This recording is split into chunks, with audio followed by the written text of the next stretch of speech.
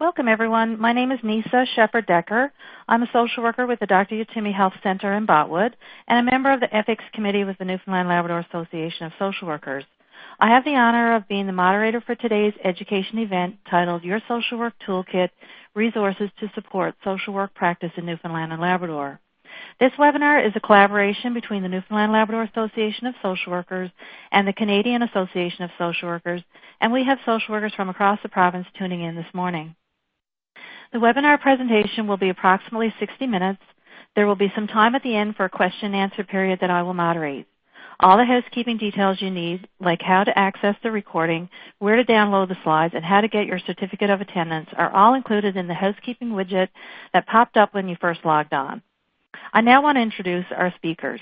Their full bios are available on the registration page for this event, but I want to briefly introduce them. Annette Johns is the Associate Director of Policy and Practice with the Newfoundland Labrador Association of Social Workers, and Simone Pelly is a private practitioner and a member of the NASW Ethics Committee. I will now pass things over to them to begin the presentation. Good morning, everyone. It's Annette Johns with the Association of Social Workers. I want to welcome everyone to our webinar this morning. So we just want to start off with looking at the focus of the presentation today, and really it's the board of directors that sets the strategic plan for the organization and approves an action plan to meet those goals. And the development of practice resources has been a priority over the past number of years. And all of these resources are available on the NSW website. They provide information and guidance on a variety of topic areas based on trends and best practices to meet the needs of social workers and promote high-quality social work practice. They are an integrated part of the components of ethical practice, and they are grounded in the ethics and values of the social work profession. We feel that ongoing communication about the practice resources is very important. Every month, the NLASW sends members the electronic update. This update contains information on activities of the NLASW, important information that members need to be aware of, and information on new practice resources that have been produced. So our purpose today is we want to give you an overview of the scope of resources that we have available for you to access. And the image you see on the slide will also be included in our Connecting Voices publication for the first time. That's going to be coming out in July. You'll see this graphic to kind of point people to the website for resources. So during our time together today, we want to provide a brief introduction to the practice resources that have been developed. While we won't be going into depth on each of these resources, our goal is to give you that broad overview of the resources and tools that you can use in your practice. Other education events will be planned in the coming months that will explore topic areas in more depth.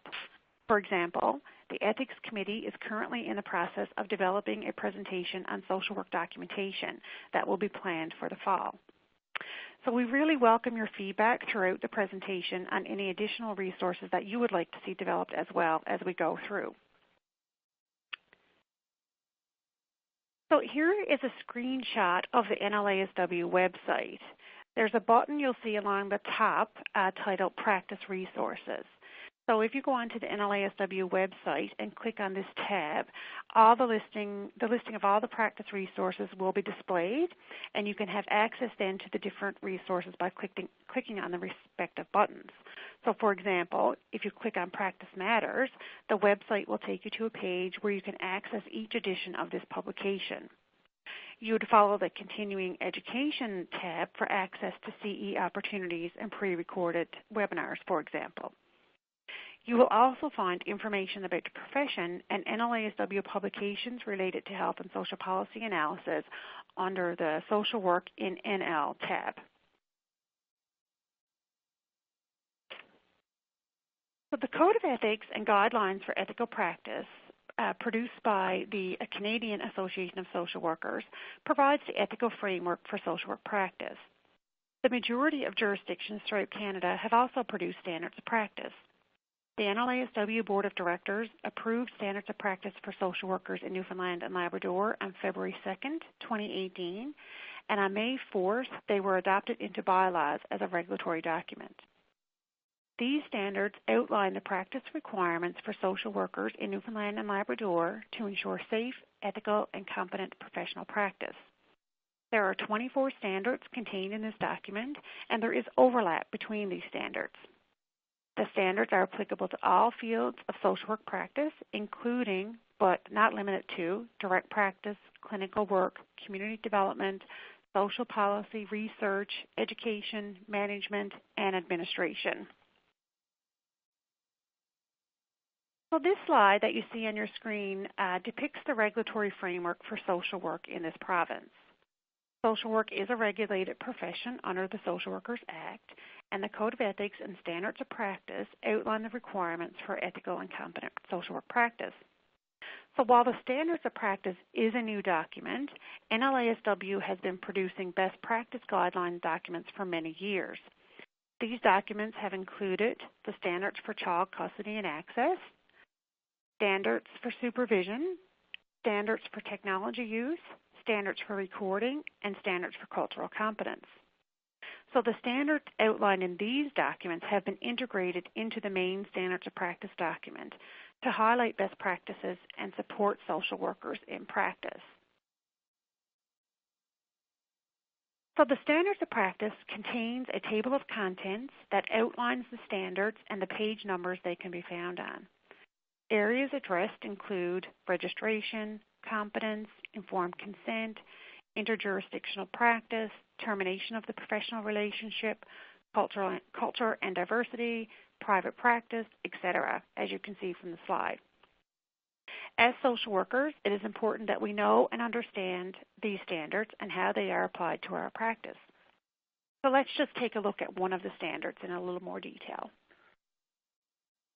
So some of the ethical dilemmas social workers face in practice include situations where a client may send them a friend request on Facebook or reach out to them on a social media platform, and other times when the social worker considers searching out client information using social media. So now, in addition to the Code of Ethics and the Standards for Technology that we have, social workers can review the Standards of Practice to inform their decision-making. Other standards within the document that would pertain to this type of dilemma would include informed consent, dual and multiple relationships, conflicts of interest, ethical decision-making, and documentation and recording. NLASW also has other practice resources social workers may consult that we're going to highlight a little bit later on in the presentation. So I guess our message for today is really to make the NLASW your go-to resource hub for social work resources and information. So we now want to delve into some of our other practice resources, and we're going to start with a scenario. So Sally is employed with CSSD and is working with a family of Aboriginal ancestry. What NLASW resource can Sally access to help guide her practice? And that would be the NLASW Standards for Cultural Competence in Social Work Practice that were approved by the NLASW Board on May 5th, 2016. The adoption of these standards was quite exciting, as we were the first jurisdiction in Canada to have produced standards on cultural competence. The process that we used for developing these standards was also quite exciting, as we brought together social workers in diverse areas who lent their knowledge, expertise, and experience in shaping how this document and the standards would look. Several committee members also engaged members of their community in cultural consultations on how they perceived cultural competence, which really added richness to the project. The standards were launched at an event in Happy Valley Goose Bay in October of 2016, and at this launch, NLASW was honored to have the Grand Chief of the Innu Nation at the time, Anastasia Kupi, and representatives from the NSW government and Nunatuavut join us and offer words of congratulations on the development of these standards. So just to show you what those standards are, on the next slide, you'll see that there are 8 standards. And really, these standards outline best practices in working with diverse culture. They raise awareness to some of the ethical considerations, promote continuing education in this area, and encourage continued reflection and dialogue.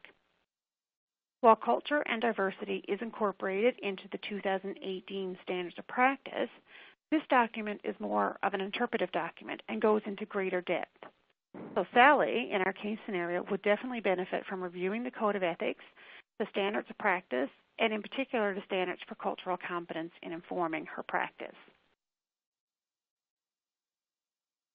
So I do want to point out that culture in this document is defined in the broadest sense and does include race, language, religious status, spirituality, gender and gender identity, age, ability, sexual orientation, and socioeconomic status. So in our standards, cultural competence is the umbrella term for the knowledge and skills social workers require in working within the cultural context of clients. And it incorporates cultural sensitivity, awareness, humility, and safety. We see cultural competence as an ongoing process of learning, reflection, and professional growth. And we use the word competence as it's consistent with the CASW Code of Ethics and the ethical value of competence in social work practice. I'll now turn things over to Simone. All right. Ethical decision-making is a key component of professional social work. Every day in our province, many social workers will be working through the resolution of an ethical dilemma in practice.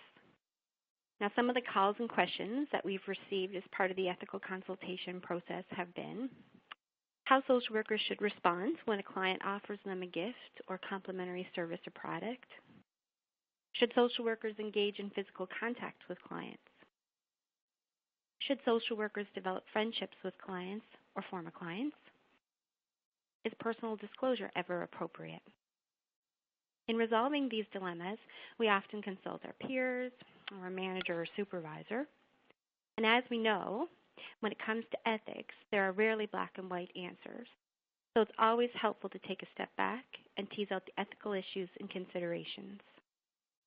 The literature is full of scholarly articles, decision-making models, and best practice guidelines.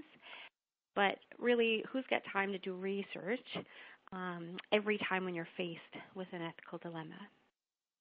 And so this is why the NASW Ethics Committee, previously known as the Professional Issues Committee, took the initiative to develop an ethical decision-making tool that social workers can use in their practice in working through ethical dilemmas.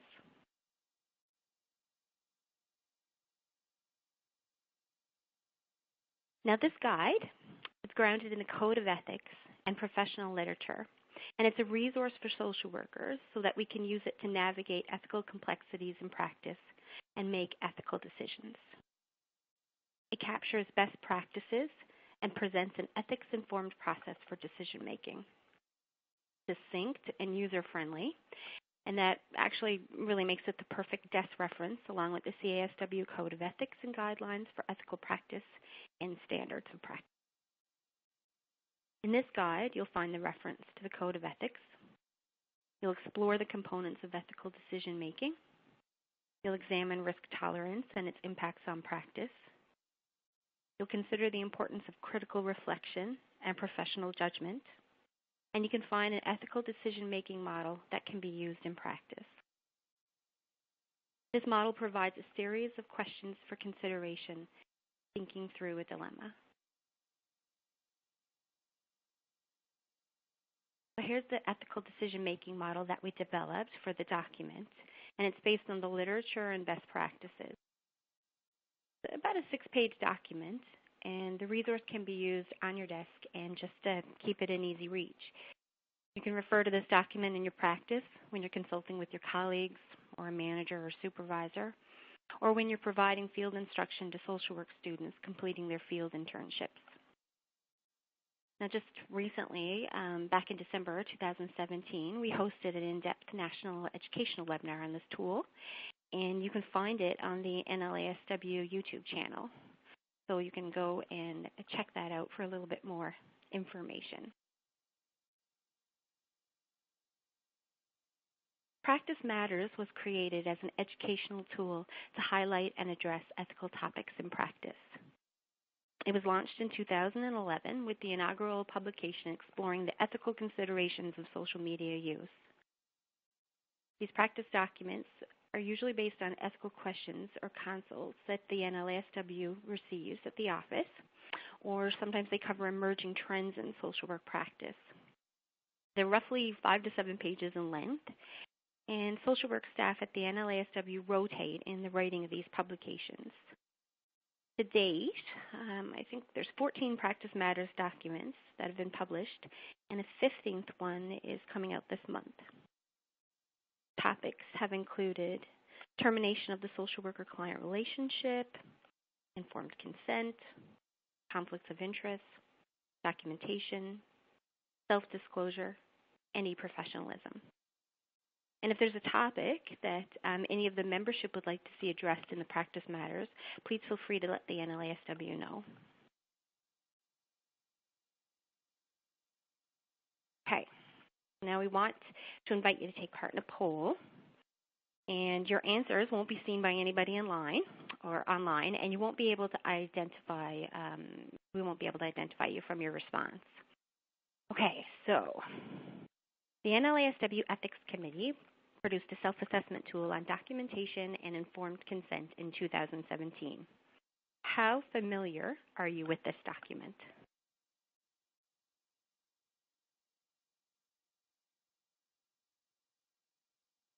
Now, Annette, maybe I'll get you to speak to the results because I'm definitely having technical errors on my end.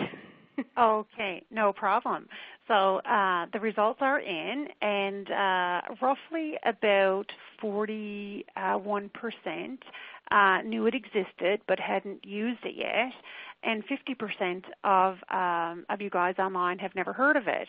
So that's quite interesting, just to get that immediate feedback in terms of how familiar you are with some of the practice documents, which is really what we want to do today, is then to share information about what is available. Okay. All right, so on the next slide, so this is what the document actually looks like. And it provides checklists that social workers can use to reflect and evaluate on their own practice pertaining to informed consent and documentation. And therefore, one can identify if there's any areas for continuing professional education.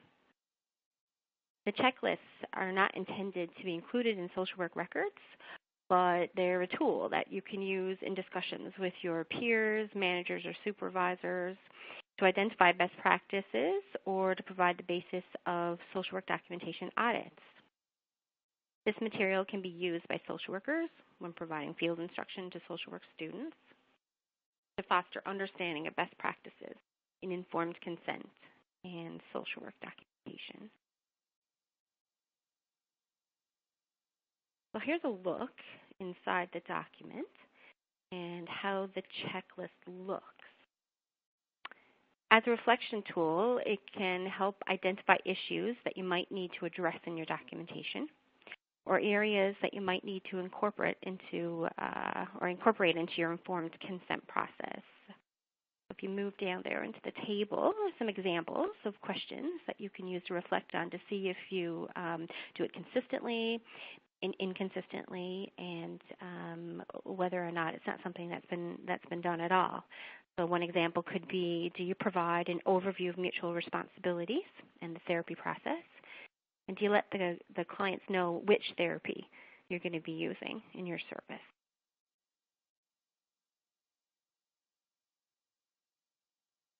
Now, the Ethical Compass is the NLASW's newest practice resource.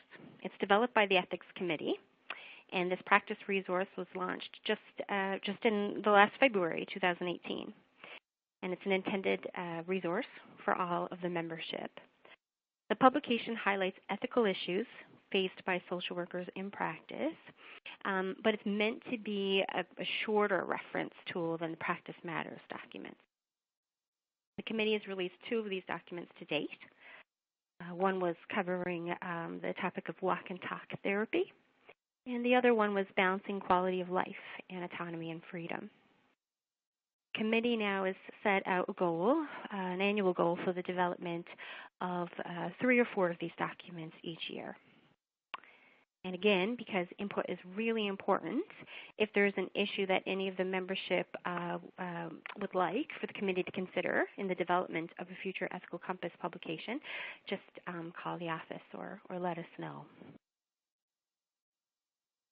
Okay, thank you, Simone. Back to me, Annette. NLASW, as a member of the Canadian Association of Social Workers, also contributes to the development of national resources that support social work practice. And in 2014, the Canadian Association of Social Workers released a document to raise awareness of the ethical considerations regarding that intersect between social media use and social work practice, and to highlight best practices. And I was fortunate enough to work on the committee on developing this document, which was very timely given that it was such a timely conversation that we were having amongst the social work profession. So this document can be accessed through the NLASW website or on the CASW website. NLASW is also a member of the Association of Social Work Boards in the U.S. Dedicated to social work regulation, ASWB develops resources to support social work regulation, and one of those documents being the Model Regulatory Standards for Technology and Social Work Practice. I had the exciting opportunity to be a member of the International Task Force in developing this document. Chaired by ethics guru Frederick Reamer in the U.S., this group worked for about a year to examine best practices and produce a document that regulatory bodies could use in informing their own standards and policies. As NLASW had produced Standards for Technology Use in Social Work Practice in 2012, again being we were the second jurisdiction in Canada to do so, it was really perfect timing for NLASW to be involved in this initiative, and our standards were cited as a reference in the Model Regulatory Standards by ASWB. So we're now just going to show you a quick video excerpt, and we'll introduce it after the clip has played.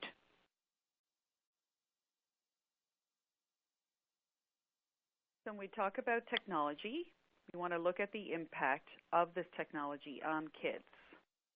First of all, we know that Canadian children are spending on average about 7.5 hours a day on screen time.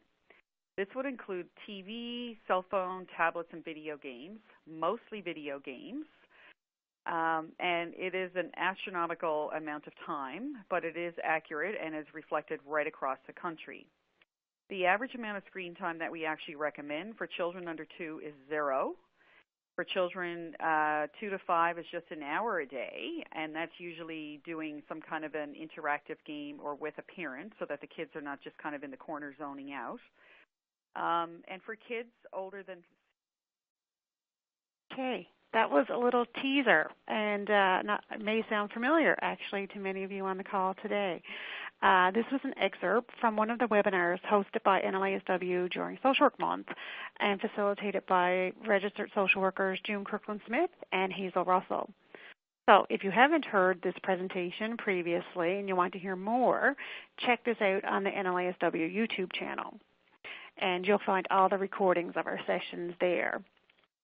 So the NLASW continues to offer CE for members. During Social Work Month 2018, the NLASW offered 15.5 continuing professional education hours, and the CASW also offered 4.5 for a total of 20 hours. In the 2017 registration year, NLASW offered 27 hours of CPE, and CASW offered 24.5 for a total of 51.5 hours of continuing professional education. And many of these sessions were delivered through webinar format and can be found on the respective websites of NLASW and the CASW. NLASW has been so pleased that we've been able to access CASW webinar technology since the fall of 2017. Since that time, we've hosted 8 webinars, and if you were unable to attend a live event, as I noted, the recordings are available on the NLASW YouTube channel. So if you watch the archived education events, you're able to claim the same number of CPE credits as if you attended the live event. NLASW also continues to partner with the Association of Registered Nurses, Newfoundland and Labrador, and more recently the College of Licensed Practical Nurses, Newfoundland and Labrador, as well, to host a provincial continuing education webcast. Since 2012, these sessions have been recorded and can be found on the website. Topics have included e-professionalism, medical assistance in dying, the opioid crisis, addictions, professional boundaries, aging and paternalism, and stereotypes and perceptions. So I really want to take this time to send a shout out to our members who have presented an education session. These CE opportunities would not be possible without members who offer their knowledge, skills, and expertise in facilitating one of these events. And I'm always saying we have so much expertise in this province, and it's exciting that we get to share this with our provincial and sometimes national colleagues. So if anyone on the line today is interested in facilitating a CE session, please connect with me at the office and I'll add your name to the roster. And this is also a great way of gaining continuing education credits for yourself as well.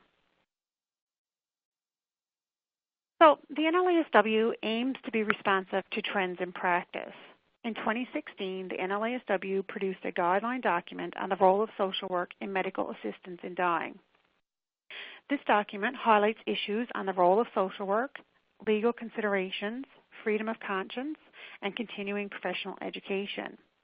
As I just noted, this was a focus of one of the education events we hosted with the nursing, and has been recorded and is accessible on NLASW YouTube channel.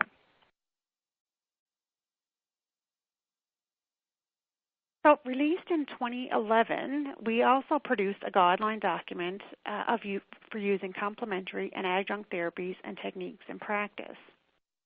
Complementary and adjunct therapies and techniques refer to an intervention by a registered social worker within the context of the social work relationship, which is outside the conventional practice of social work and is not the primary modality of treatment. So this practice document is intended to assist social workers to review their professional obligations in relation to the use of complementary and adjunct therapies and techniques, to make ethical decisions about their use in social work practice, and to highlight considerations for using complementary and adjunct therapies and techniques in their practice. And again, all of these resources are available on the NLASW website. So we now have another poll that we want to get you guys engaged in, and it's just a true or false. And so you can look at the slide. So the clinical interview is the key tool for assessing capacity. Would you say that's true or false?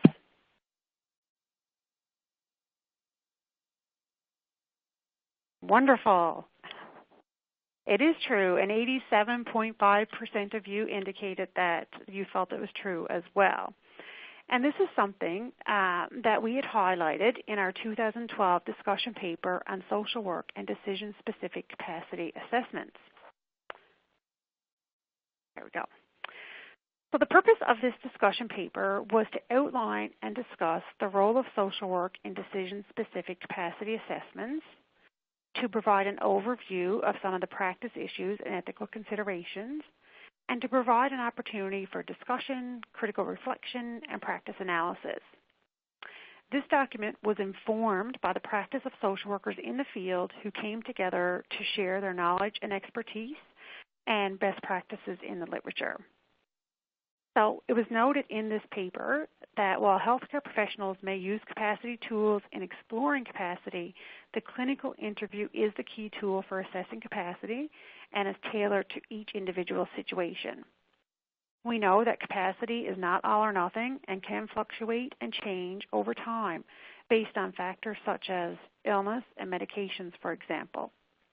Individuals may be capable of making decisions in one area, for example, personal care, and maybe not in others, for example, finances. Therefore, an assessment of capacity must be decision-specific. Social workers bring a unique skill set that includes assessment, collaboration, communication, conflict resolution, advocacy, and ethical decision-making. Social workers bring the person and environment perspective and can look at capacity in a holistic manner. As an integrated member of the healthcare team, social workers may be involved in assessing and advocating for decision-specific capacity assessments, completing the assessment of risk, using appropriate assessment tools, and completing the assessment interview, and communicating with the client's family and members of the interdisciplinary team. So if you have not already done so, I would encourage you to read this practice document, which certainly speaks to these areas. And now Simone's going to lead you to another poll. Okay, so I will, so the poll says social workers must have professional liability insurance in order to engage in private practice. Now, Ines, I'll let you take it away with reading the results there. Okay, so that was true and false. Fantastic. 94.1% of you had said that was true. Okay. So the NLASW receives many calls from social workers interested or engaged in private practice. In 2014, the NLASW produced a resource guide for private practice. And this document provides information pertaining to frequently asked questions. The sections address topics such as entering private practice, documentation, record keeping, legislative responsibilities, supervision, technology use, multi-jurisdictional practice, succession planning, and professional development. And this guide's been updated twice since being released in 2014. So as new questions or trends or best practices are identified, the NLASW will continue to ensure this practice document is current.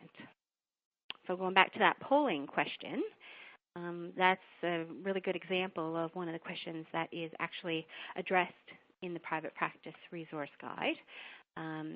Social workers in private practice must have adequate malpractice, defamation, and liability insurance, and that requirement is outlined in Section 18.1 of the Social Workers Act, Section 5.1 of the Canadian Association of Social Workers Guidelines for Ethical Practice, and the 2018 Standards of Practice for Social Workers in Newfoundland and Labrador. And members can avail of liability insurance through the CASW Professional Liability Insurance Program. And the insurance provider is the BSM Group, or BMS, I should say, group. It's also important to note that the CASW also has a private practice portal that members can tap into for information and resources. And I was just going to say, when you're looking for the liability insurance, there is also a direct link when you go onto the CASW's website that will kind of walk you through where you can access.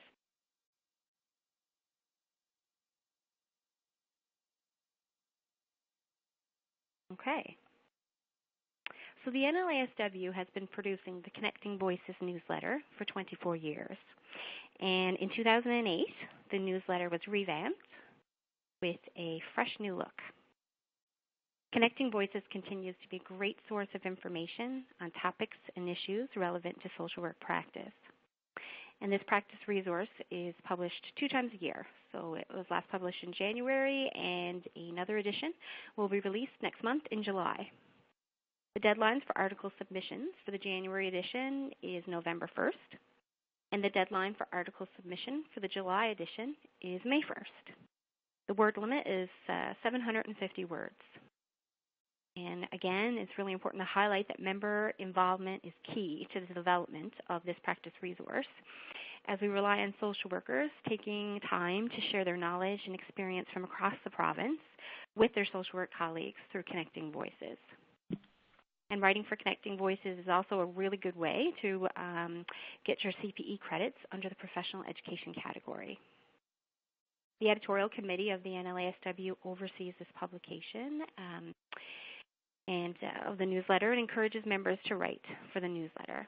And anyone wanting to receive a copy of the editorial policy, you can follow up with the NLASW office.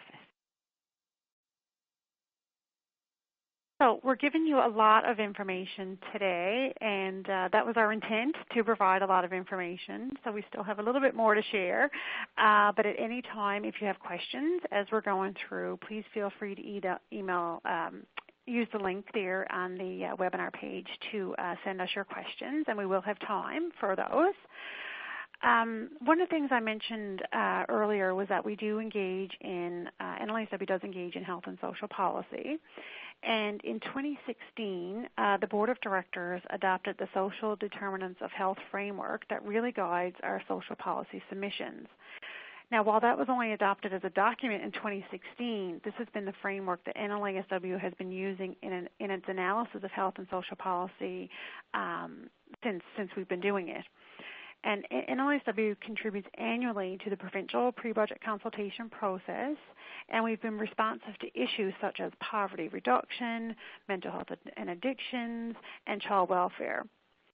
You may have seen a letter that was distributed to the Canadian Senators just recently for supporting the repeal of Section 43 of the Criminal Code, and that's been posted on the NLASW website. We just included it in a copy there that you can see, and we've encouraged all senators to really support that repeal. And you can use NLASW policy submissions to inform your own social justice activities. If you go onto our website, you'll have access to all of our the pre-budget submissions that NLASW has completed, anything that we've done around some advocacy work, and other submissions that we've provided input into, such as the poverty reduction strategy, long-term care and community supports, the inclusion piece. All of our documents can be found on the website.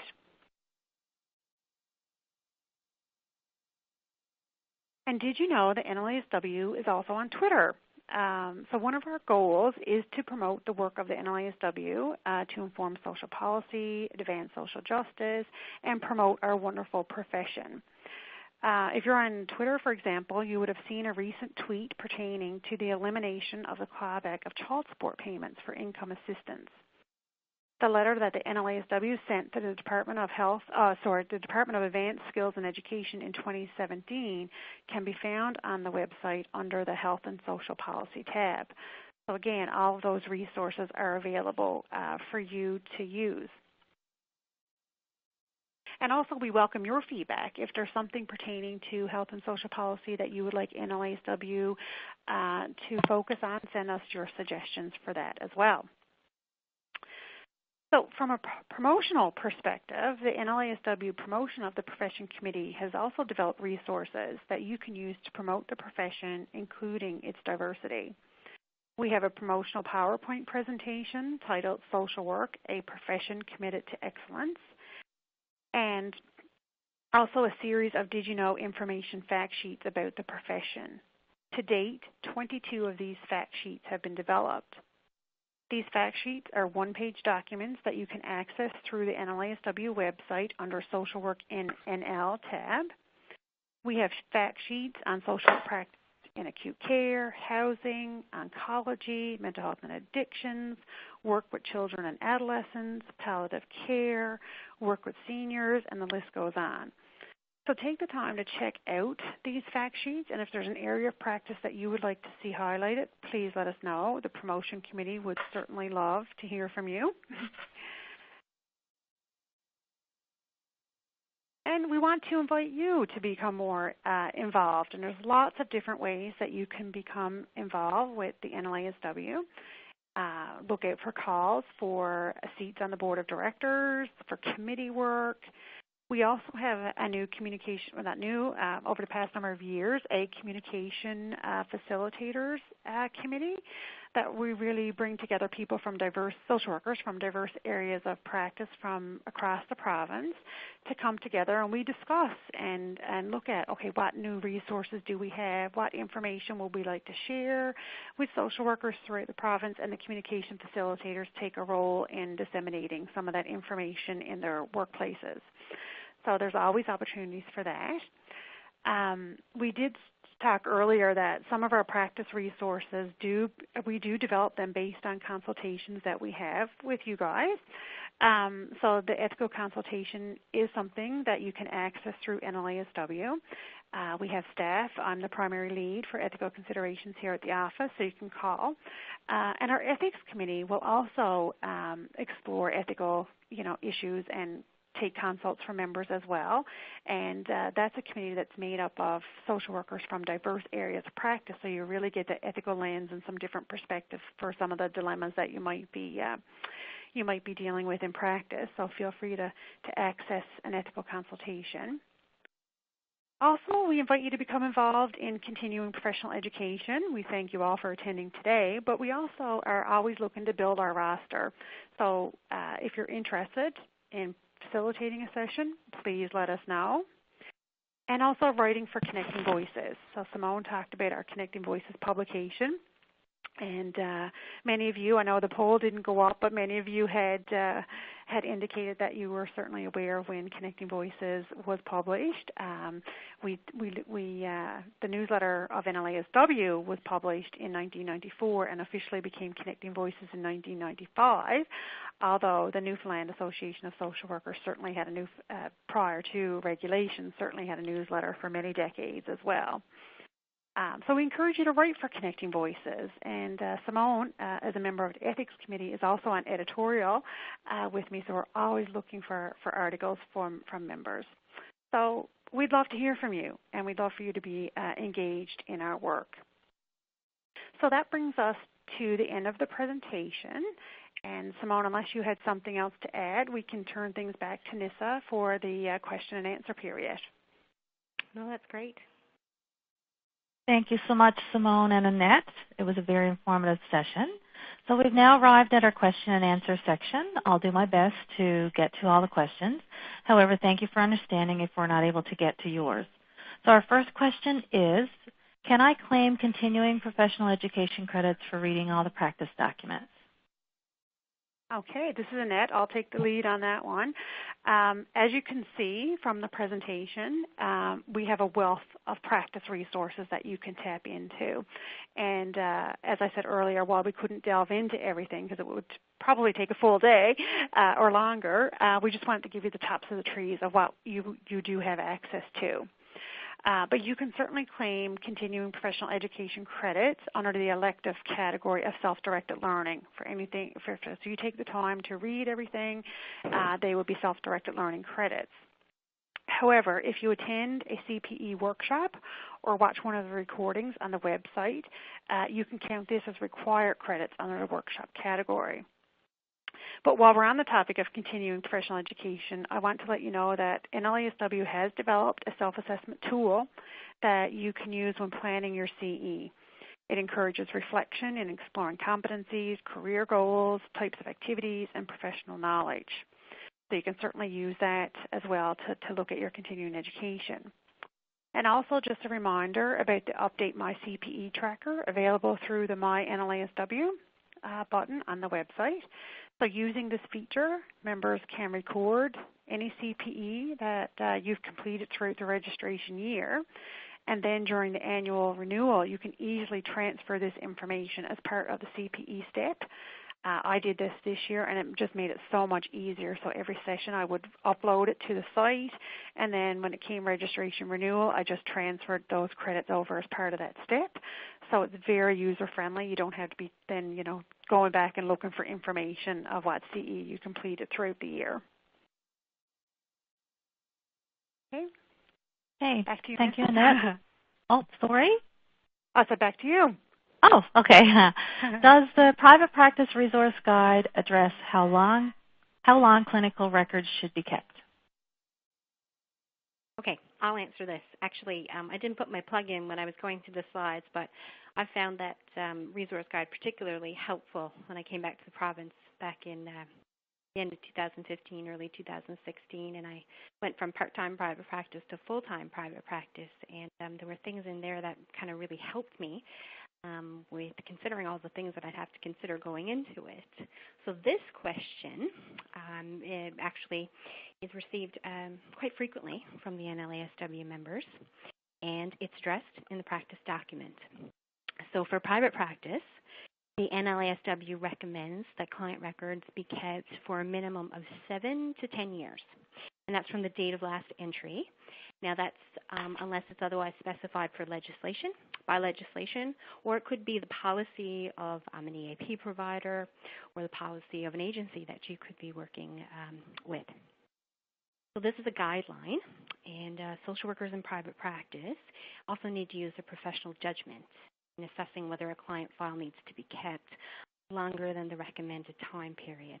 And factors to consider there might be the nature of the social work intervention and whether access to the file might be needed beyond the 7-year time frame, which does happen. Now, if the client is under the age of 18 when the last entry is made, the client file should be kept for a minimum of 7 to 10 years from the date that the client turns or would have turned 18. Okay, another question. How do we access the CTE Tracker? Okay, this is Annette. I'll take that question. So if you go on to the website, www.nlasw.ca, you'll see a button at the top. It's called My NLASW. So for that, you would need your registration number and your password that you would have used at registration renewal. So if you go in there, then you can just find the tab where you would access the tracker, and you can insert your information there. And you put in the dates, the title of your session, and how many credits. So if you're counting the credits as well, that will transfer over the number of credits. So it makes it very user-friendly in terms of tracking everything that you're doing related to your CE. Okay, how many credits can be claimed for writing for connecting voices? Simone, do you want to take that one as editorial? Yep. Sure. Yep. Okay. So, all right. So there's basically two ways that you can claim CPE credits for when you're writing an article for connecting voices. So the first thing is that the time spent writing the article for connecting voices can be claimed as a CPE as a required credit under the Professional Education Delivery System. But then as well, you can also include the preparation, the reviewing of articles and when you're surveying the professional literature, and that's the information that's going to inform your article is, that you're going to be referencing, that can be claimed under elective credits. Perfect. Okay, can you transfer CPE from NLASW and CASW webinars? Okay, so that anything that you track in the CPE tracker is self-reported. So you can record anything that you're engaged in CPE in, whether it's an NLASW event, a CASW event, a conference, a workshop, anything that you're doing. So you would self-report that. You would, again, like the date, the title, and how many CPE, and if it was required or elective, and track it that way. So it's whatever you put into the system, that's what it's going to capture. Okay, can I enter private practice with a BSW, or is an MSW required? Okay, great question, and that would be addressed in our private practice resource guide. So while the Bachelor of Social Work sets the minimum educational requirement for social work registration in the province, the NLASW does recommend that those entering private practice have a Master of Social Work and at least 3 years of social work experience relevant to that proposed area of practice that they want to do in private practice. And legally, there is currently nothing preventing a social worker with a BSW from entering private practice as long as they have the appropriate liability insurance, but really the MSW is the best practice. And it's the responsibility of those of us who want to enter private practice to assess our own competency in working independently. And in our private practice resource guide, we do outline some reflective questions that social workers can use. So, for example, what is my experience in the particular area that I'm interested in pursuing, whether it's mental health, trauma, workplace stress, etc. What formal or continuing education do I have, if there's any gaps? How am I going to access consultation and supervision, those kinds of things.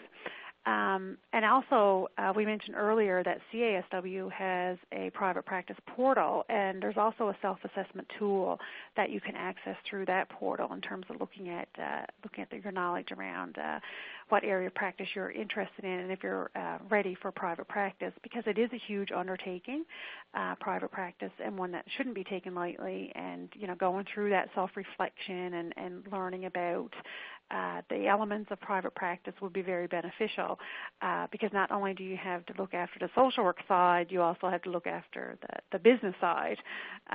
So our resource guide would certainly go through a lot of the information that you would need to think about in terms of establishing a private practice. Okay, thank you, Annette. How does the Ethics Committee decide on the topics covered in the Ethical Compass? Okay, I'll take that. It's Simone. All right, so our Ethics Committee is pretty active, an interactive committee with members all across the province. And we have monthly meetings, and there we'll discuss lots of ethical issues and scenarios. Many of the discussions actually kind of lay out the foundation for development of the ethical tools that we've been presenting on. Sometimes we'll write articles for Connecting Voices.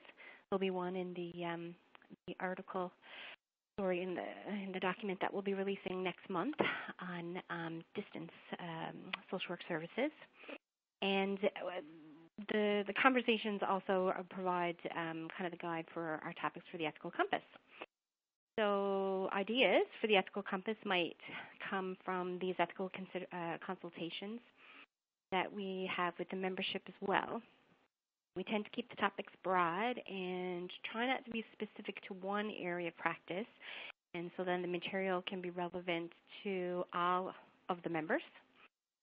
And our challenge sometimes is getting all the points into the 2-page publication, but that really is the purpose, for it to be short, succinct, and accessible.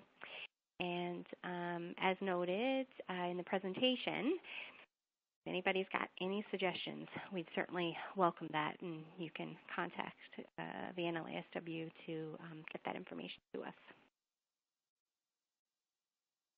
Okay. Can you provide information on how the standards of practice address termination of the social work client relationship? Yes, so I'll take this one. It's Annette. So as we said earlier, the standards of practice do contain 24 standards, and one being around the termination of the social worker-client relationship. So our standards document addresses some of those aspects. And our responsibility as social workers is to ensure that terminations are addressed in an ethical way based on client needs. So I just pulled out our standards of practice here, and some of the standards that are addressed in the document, I'll just list a couple of those: that social workers renegotiate or terminate professional services when the services are no longer required or no longer meet the needs of clients, that we respect the right of clients to discontinue service, engage another practitioner, or seek a second opinion, that we discuss clients' needs and options before continuing or discontinuing services and seeking referrals when necessary. And there's a couple others there, and that we document our decisions and actions related to the termination of services. I want to point out, too, that we developed a practice matters topic on this very topic as well, and that was produced back in 2016, but looking at some of the ethical considerations of termination of the social worker-client relationship and issues that sometimes arise within the context of termination. So that practice, so the standards you would have access to on the website, but also the practice matters document that goes into this in a more in-depth look in terms of termination and what some of the ethical cases are and ethical issues. So there's case examples and those kinds of things that you can read about in the practice matters on the topic. Okay, thank you. How does the Ethical Decision-Making Resource Guide address risk tolerance? Okay, Simone here. I'll answer that. Okay, so the Ethical Decision-Making Resource Guide defines risk tolerance, basically one's comfort level with risk. So this includes risk for oneself or on behalf of another, typically our clients, in their desire to achieve a goal or a purpose. So as professionals, we can make arguments for and against risk, and our tolerance for risk basically kind of operates along a continuum. And that continuum kind of covers from no risk on one side all the way to high risk on the other. So in the document, we outline several reflective questions that social workers can use when assessing their own risk tolerance, and they might be helpful in reflecting on any ethical dilemmas in practice. So these questions, they are: what factors primarily inform my tolerance for risk? Is my personal and professional tolerance for risk similar or different? How comfortable am I with uncertainty and ambiguity? Am I guided by deontological principles, which are essentially rules, or utilitarian principles? So that means basically consequences. And what other theories inform my practice? And are there times when my risk tolerance may have been too high, too low, and what might have been contributing factors kind of led to those evaluations at that time? Okay, thank you, Simone. What are the standards pertaining to interjurisdictional practice? Okay, so in our document, our standards of practice, we do address interjurisdictional practice, and over the years we've had many calls from social workers who do have social workers in Newfoundland and Labrador who have clients residing in another province or jurisdiction. So they may have clients who are visiting another jurisdiction because they're on vacation, or they may have recently moved there, or they're just wanting to continue services for a while. And they may also be permanent residents in another jurisdiction who are receiving electronic social work services from a social worker in Newfoundland and Labrador. So you'll find information related to that in the standards of practice.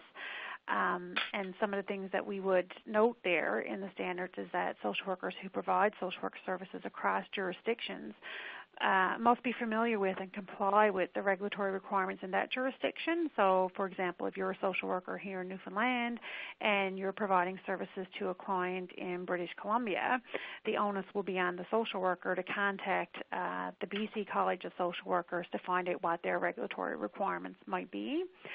And that, that the social worker has the appropriate liability insurance, and that social workers comply with the other legislation and reporting requirements in that jurisdiction. So, for example, if there's reporting child protection concerns, for example, in that jurisdiction, the social worker should be familiar with that as well. Okay.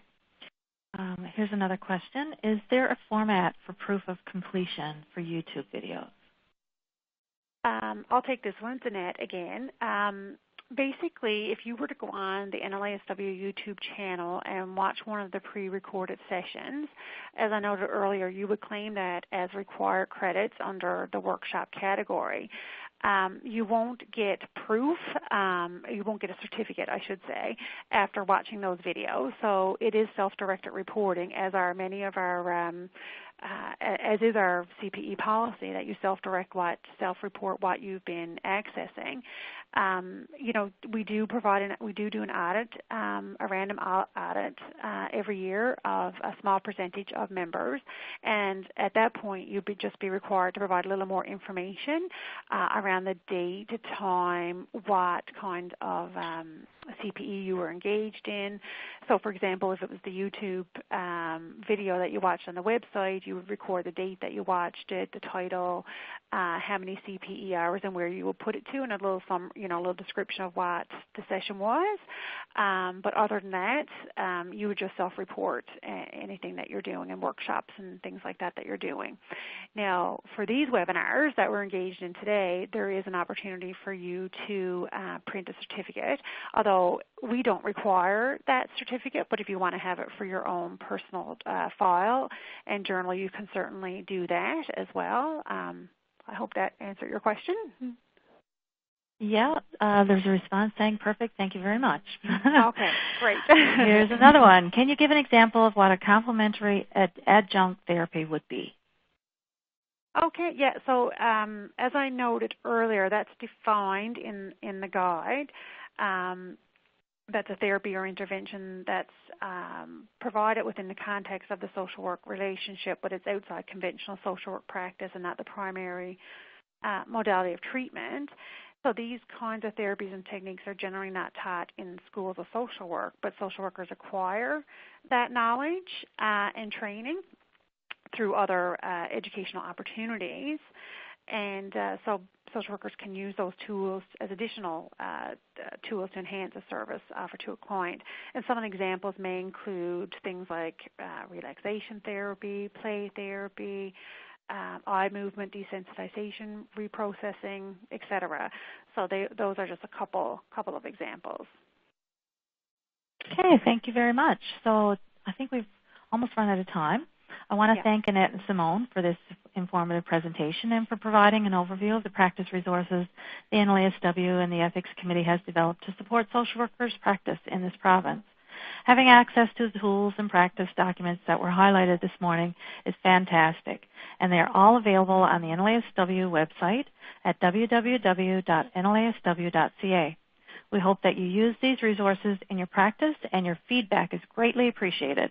We also welcome suggestions for any new practice documents that you would like NASW or the Ethics Committee to focus on over the next year.